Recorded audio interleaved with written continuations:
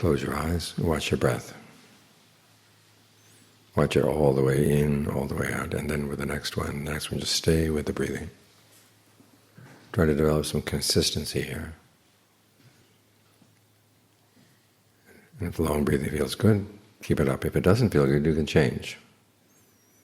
Notice the spots in the body that are most sensitive to how the breathing feels. And breathe in a way that feels pleasing to them. It could be shorter, more shallow, heavier, lighter, faster, slower. Experiment for a while to see what feels good inside. We close our eyes when we meditate because we want to see what's going on inside the body, inside the mind. This is our territory, and yet for the most part, we're not all that aware of what's going on in here. We're more aware of what's going on outside. A lot of subtle things are happening inside. We have to catch them because these are the things that make us suffer if we do them in ignorance. So you want to learn how to observe your mind. And for that you need a good place to stay. You need something to hold on to make sure that you really are in the present moment. Because otherwise it's very easy to watch your thoughts and then slip into them and they go traveling. Off to the future, back to the past. Off other places. But when you're with the breath, you know you're right here.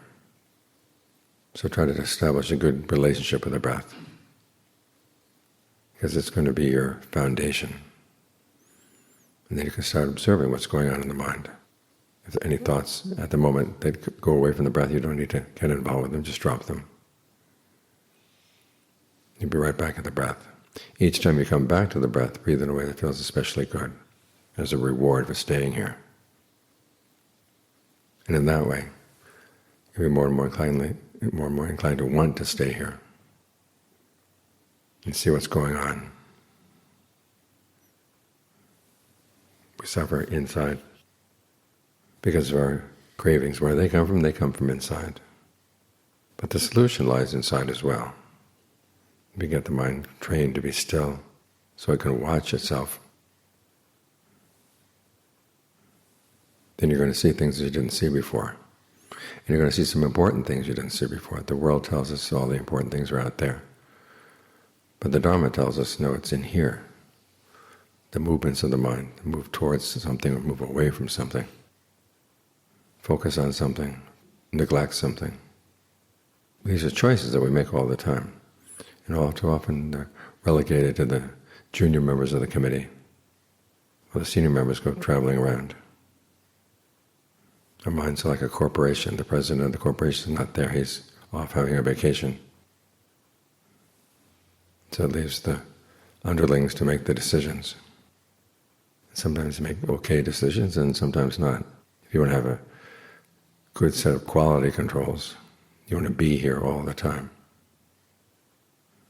And you want to be involved in the decisions as to what you're going to say, what you're going to think, why you're going to say it, why you're going to think it. These are things you want to be involved in.